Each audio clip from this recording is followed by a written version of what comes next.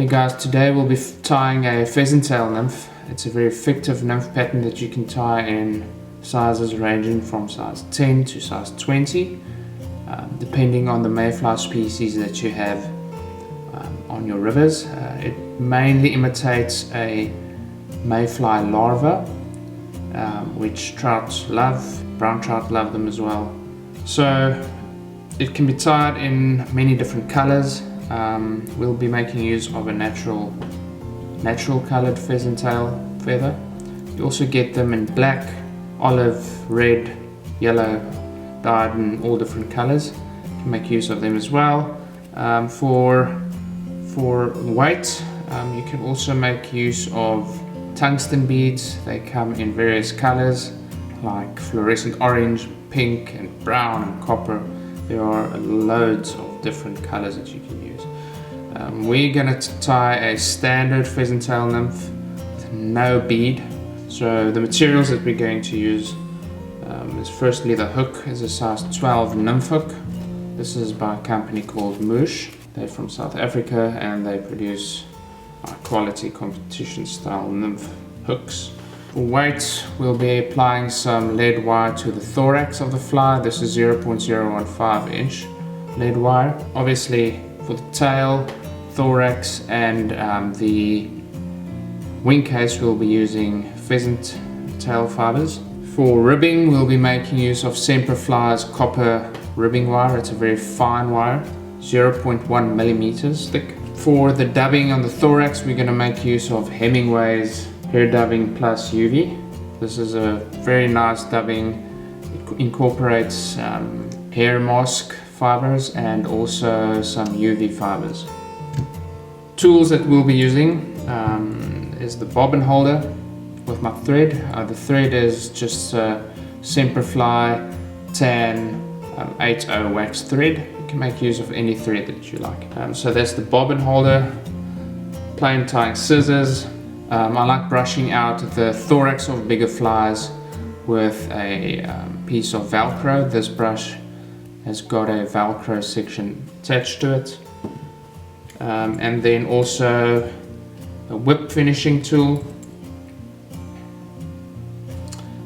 And to seal the head, just some UV glue and a UV torch.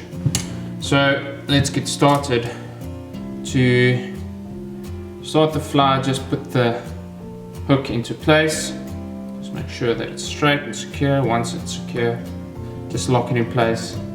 You'll see that it's secured. Before applying the thread, we're going to make a couple of wraps of lead wire for the thorax. That should be fine. Just make sure that you don't take the lead wire up to the eye of the hook. Just going to cut off the excess. Depending on the size of the fly, you can vary the amount of wraps of lead wire that you are using. Now attach the thread behind the lead wire. Cut off the excess. Now run it forward. And make a couple of wraps in front of the lead wire. Now it's secured in place, and now just cover it with some thread. This will just make sure that it doesn't spin around when you're tying. It will also help the material to bite into it.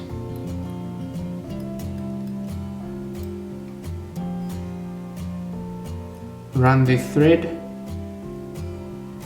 to the bend of the hook. With the thread at the bend of the hook, just select some pheasant tail fibers. For a fly this size, I'm going to make use of about 5 or 6. That should be sufficient. And measure them against the shank of the hook. Once is about the same length for the shank, this length. Depending on the hook you're using, you might want to vary it. but just always reference back. This will ensure that you get consistent results.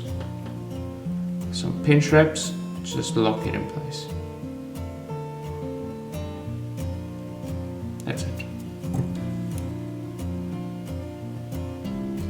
Cut off the excess and run your thread forward up to about halfway up the shank. Cut off a section of copper wire and tie it in on the side of the hook shank. Now run your thread all the way to the back of the hook, manipulating this copper wire to stay on the side of the hook. Choose about 4 of the longest fibers on your pheasant tail feather and cut them off. We'll be tying them in by the tip. This is the thinnest part of the fiber. This will allow you to get a nice taper on the body. Just align the tips with your scissors and tie them in. Now run your thread up to the point where you're going to start your thorax. Very gently start wrapping the pheasant fibers forward, being careful not to lose tension and leave gaps to expose the thread up to there. Now secure them in place. Thread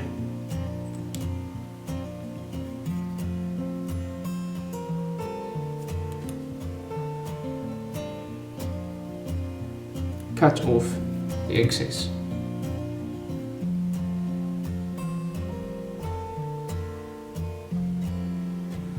Now in the opposite direction, wrap your ribbing forward to secure the pheasant fibers, also to create a nice segmented body.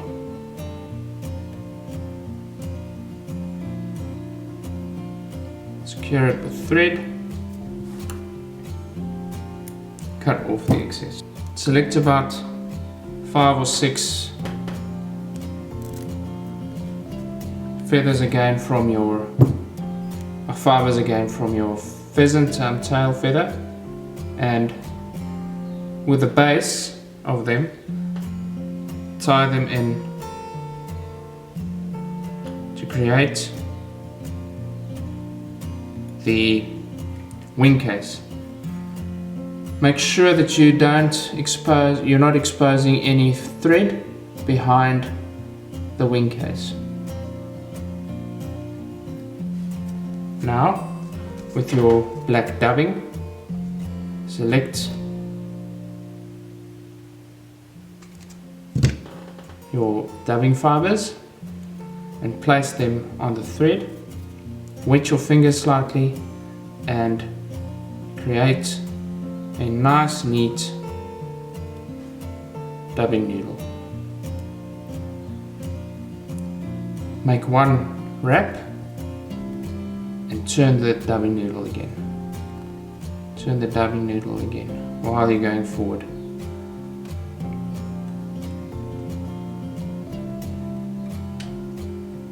Stop, leaving just a very small gap behind the eye. This is where you'll tie off the wing case and also where you will be creating your head. Before folding over the wing case, on large flowers I like combing out the dubbing slightly,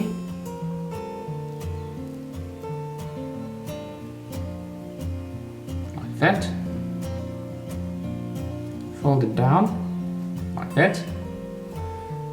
Now taking hold of your pheasant fibers, pull them forward, pinch them in place, and lock them. After 3 reps, pull them up again. This will expose the eye of the hook so that you don't have any troubles on the stream, and create a head like that. Now, while your thread is there and those pheasant fibers are out of the way, you can do a whip finish.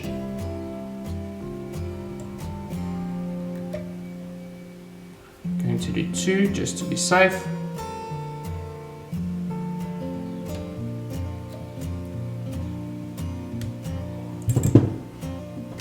Great.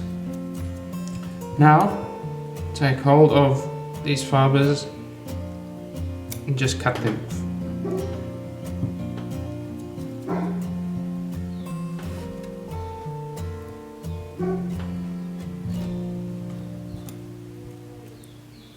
Now just cut these fibers shorter while still leaving them long enough to create a nice buggy looking thorax. Seal your head with some head cement. Then with your UV torch, just zap it so that it seals.